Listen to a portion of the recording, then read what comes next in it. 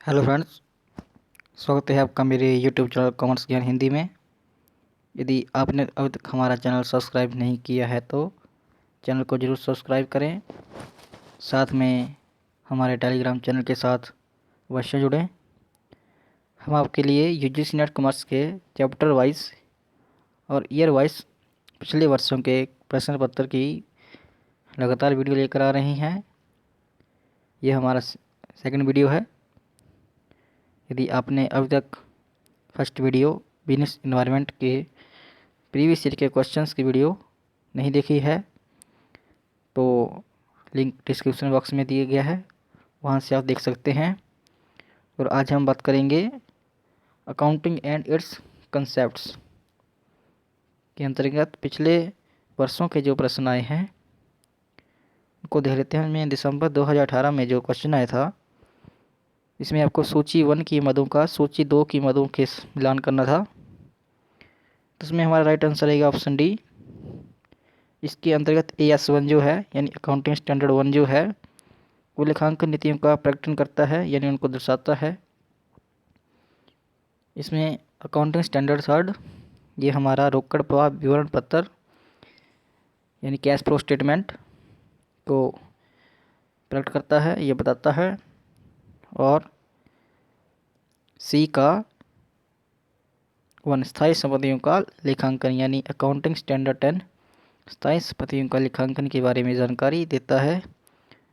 और accounting standard 19 lease और उनके लेखांकन की जानकारी देता है, जिसमें हमारा ऑप्शन डी सही रहेगा। यदि सेकंड क्वेश्चन की बात करें, इसमें आपके सामने दो कथन दिए होंगे, जैसे एक संगठन के कर्मचारियों के बीच समयबद्धता और टीम भावना से व्यवसाय के लाभ को बढ़ाने में बहुत अधिक योगदान मिलता है, परंतु वे आर्थिक चिट्ठा में एक संपत्ति के रूप में प्रकट नहीं होते हैं। और इसमें कथन दो दिया गया है, वित्तीय विवरण एक व्यवसाय की ठीक वित्तीय स्थिति को प्रतिबिंबित नहीं करते हैं।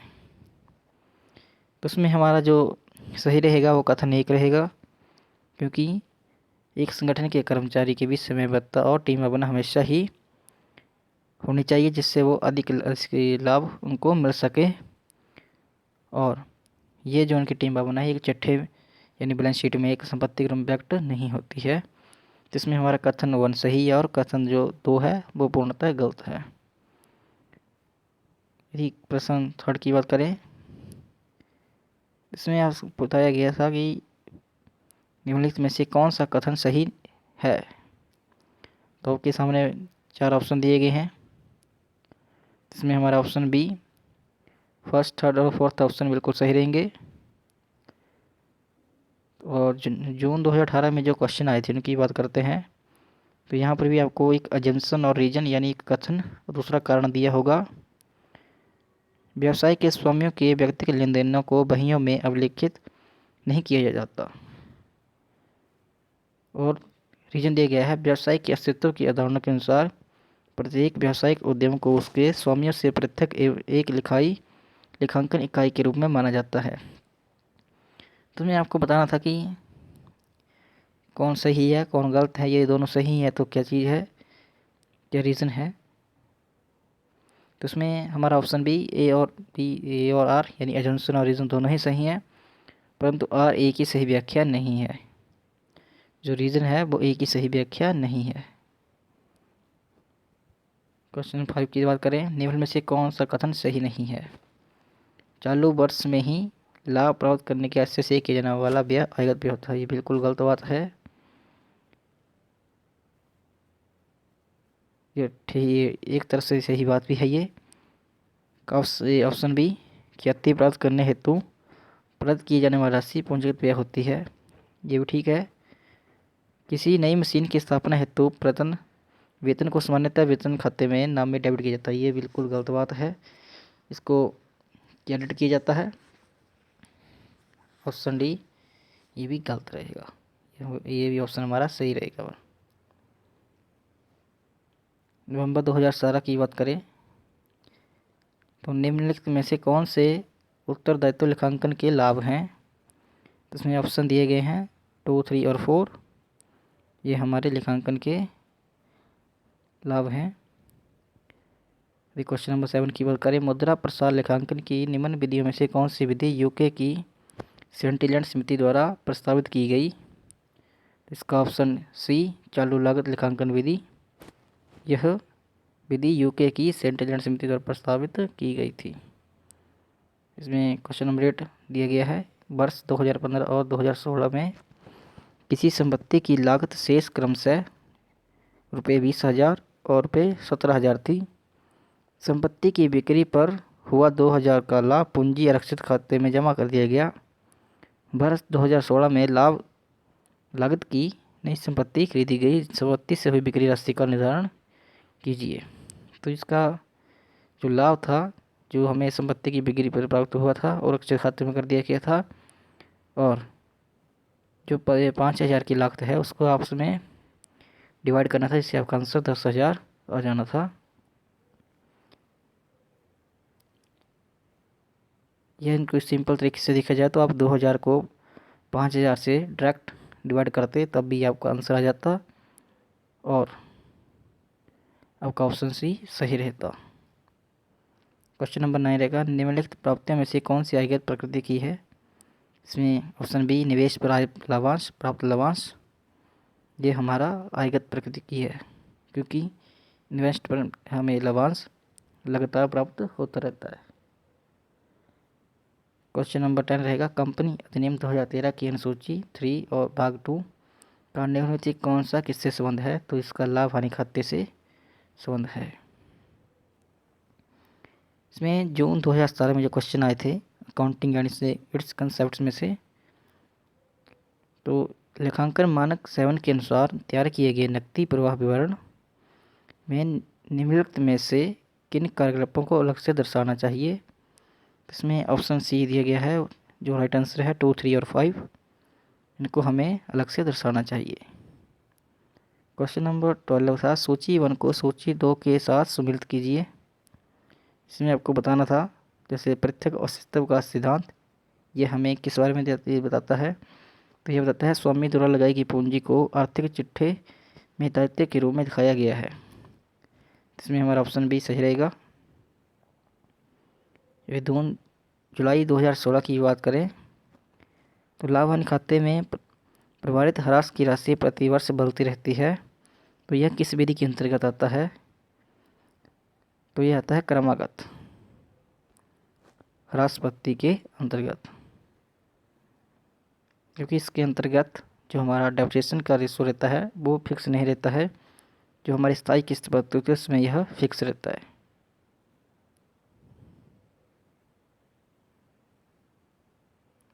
नेक्स्ट क्वेश्चन है, सूची 1 को सूची 2 से सम्मिलित कीजिए। इसमें कर के लिए प्रावधान ये किसके अंतर्गत किया जाता है?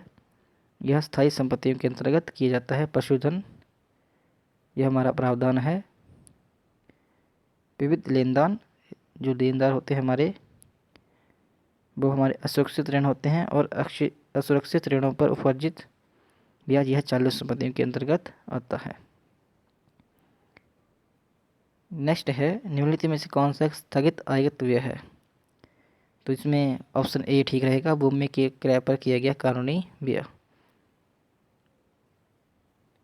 आगे है, निम्नलिखित आर्थिक अवधारणा के अनुसार मानव संसाधन के मूल्यांकन हेतु निम्नलिखित में से किस अभिगम को अपनाया गया है? तो यह अवसर लागत अभिगम है।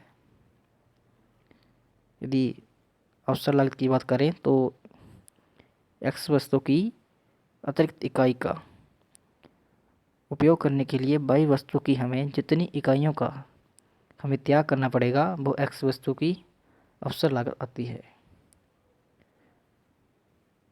इसमें जून 2015 में जो क्वेश्चन आया था, किसी कंपनी के तुलन पत्र में निम्नलिखित परिसंपत्तियों को किस क्रम में दर्शाया जाता है? इसमें ऑप्शन हमारा बी ठीक रहेगा। इसमें हमारा पहले व्यापारिक प्राप्य बिल, सेकंड में नकदी रोकड़, थर्ड में फर्नीचर एंड फिटिंग्स, और लास्ट में शेयर और ऋण पत्रों में निवेश। नेक्स्ट है, दिसंबर 2015 में जो क्वेश्चन आए थे, स्थायी संपत्तियों को क्रय करने हेतु लिए गए ऋण पर ब्याज है, ये हमारा पूंजीगत रहेगा। निम्नलिखित समीकरण द्विपक्षीय अवधारणा का परिणाम है। तो इसमें हमारा लेखांकन समीकरण के अंतर्गत पूछा गया क्वेश्चन है ये। इसमें ऑप्शन सी ठीक रहेगा, पूंजी प्लस दायित्व इज इक्वल टू संपत्तियाँ, यानी capital plus liabilities is equal to assets. इसमें क्वेश्चन नंबर 20 है, कॉलम 1 की मदों को कॉलम 2 की मदों में सम्मिलित कीजिए। इसमें हमारा ऑप्शन ए सही रहेगा, 4 2 3 1। नेक्स्ट क्वेश्चन की बात करें, निम्न में से कौन से कथन सही हैं। इसमें हमारा 1 और 4, ऑप्शन सी ठीक रहेगा। ये क्वेश्चन नंबर 22 की बात करें, निम्नलिखित किसी फर्म के चालू वर्ष के वित्तीय विवरण पत्रों का उसी फर्म के पिछले वर्षों के निष्पादन से तुलना को कहा जाता है।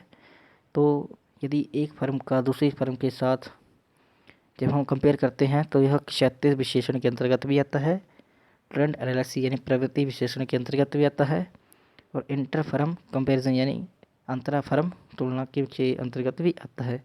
तो इसमें हमारा ऑप्शन डी सभी ठीक रहेंगे। नेक्स्ट है, घरेलू मुद्रा में किस कारण ह्रास आता है। यह आता है उच्च मुद्रास्फीति दर यानी हाई कॉस्ट पर।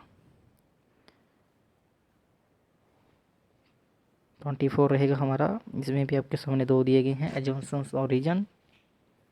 इसमें आपको बताना था, तो इसमें हमारा कथन ए और कारण आर दोनों ही सही हैं, जिसमें ए की सही व्याख्या आर करता है। और 25 क्वेश्चन इसमें भी आपको एक दूसरे से मिलान करना था। इसमें ऑप्शन बी 4 3 2 1 सही रहेगा। यदि दिसंबर 2014 की बात करें तो भविष्य की हानि के लिए पर्याप्त प्रावधान रखें लेकिन भविष्य के लाभों का पूर्वानुमान न करें, यह किस अवधारणा पर आधारित है। तो यह है हमारी रूढ़िवादिता अवधारणा। नेक्स्ट है जून 2014 के जो क्वेश्चन आए थे, उत्तरवर्ती व्यय जो वर्तमान परिसंपत्ति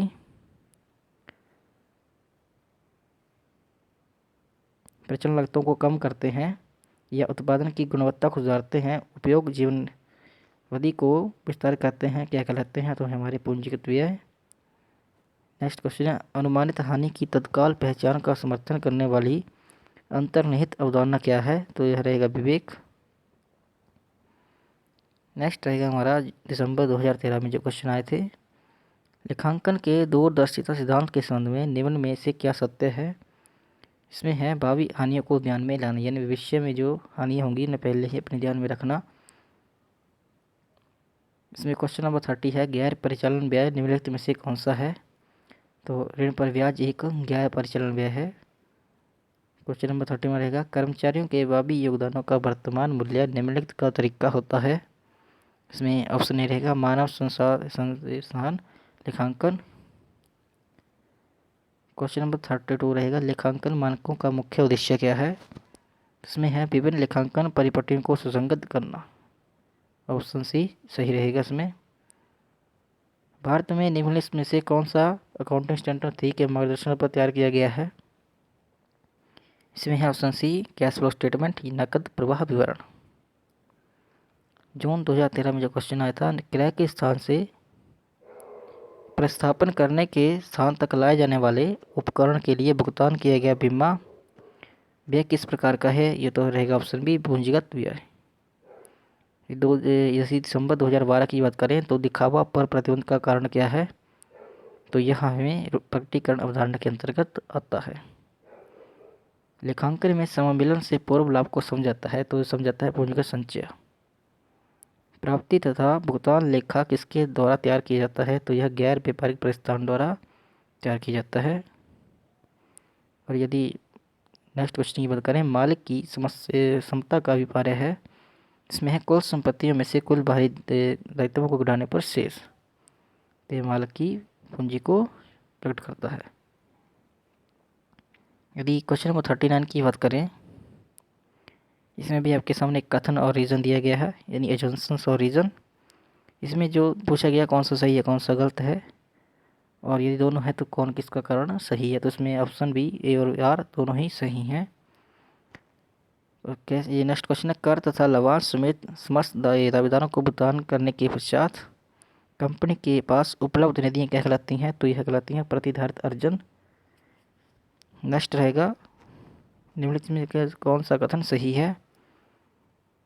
तो इसमें इन्वेंट्री में कच्चा माल तैयार करना वस्तु तैयार हो रहा संविष्ट है। इन्वेंट्री कार्यशील पूंजी का हिस्सा है। इन्वेंट्री खरीदी जाने वस्तुओं को सम्मिलित करती है। तो इसमें हमारा फर्स्ट, सेकंड और थर्ड यानी तीनों ही ऑप्शन बिल्कुल सही रहेंगे। नेक्स्ट है, गैर लाभकारी संगठन का आय तथा व्यय खाता है, तो यह नामांकन खाता है। यदि जून 2012 के अंतर्गत क्वेश्चनों की बात करें तो यदि प्रारंभिक रहती हैं यानी ओपनिंग स्टॉक 1000, शुद्ध खरीदी यानी नेट परचेज 7000, मजदूरी वेजेस 2500, आवक ढुलाई 500 और अंतिम रहती है यानी क्लोजिंग स्टॉक रुपये 15000 है तो विनिर्माण लागत क्या है? तो इसके अंतर्गत हमें सभी को जो प्लस करना था और 68,000 अब आंसर आ जाएगा। इसमें हमें कुछ ज़्यादा करने की आवश्यकता नहीं थी।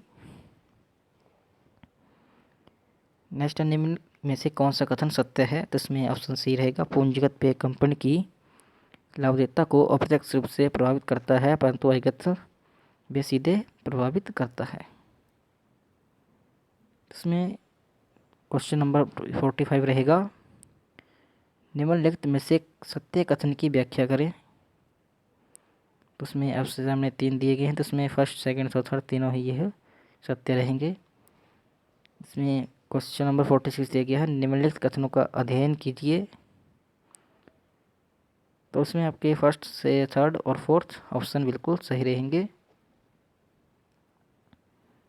क्वेश्चन नंबर 47 की बात करें, निम्नलिखित में से कौन सहायक पुस्तक नहीं है? तो जैसे हमारी क्रय पुस्तक होती है, विक्रय पुस्तक होती है, क्रय वापसी, विक्रय वापसी, प्राप्त विनिमय पत्र, जमा विनिमय पत्र पुस्तक, इसके ऐसी पुस्तकों की बात हो रही है, लेकिन ये संपत्ति नामक की पुस्तक कोई भी नहीं होती है। तो इसमें ऑप्शन डी सही हो जाएगा। लेखांकन अवधारणाएं आधारित होती हैं, यह निश्चित परिकल्पनाओं पर आधारित होती हैं, यानी जो भविष्य में होना है उसका पहले ही अनुमान लगा लिया जाता है, यह उन पर आधारित होते हैं। यदि शुद्ध लाभ रुपये 30,000 हो तथा रुपये 10,000 ऐसा व्यय हो जिनमें किसी की तरह प्रयोग नहीं होता, जब तब प्रचलन में से किससे प्राप्त निधि होगी? तो उसके अंतर्गत जो है दोनों को प्लस करना था और भी 40,000 आपका आंसर आ जाना था। क्वेश्चन नंबर 50 रहेगा, कार्यशील व्यय को कम करने के लिए किया गया खर्च एक पूंजीगत है, यानी कार्यशील जो व्यय है हमारा उसको कम करने के लिए जो किया गया खर्च है उसको हम पूंजीगत व्यय कहते हैं।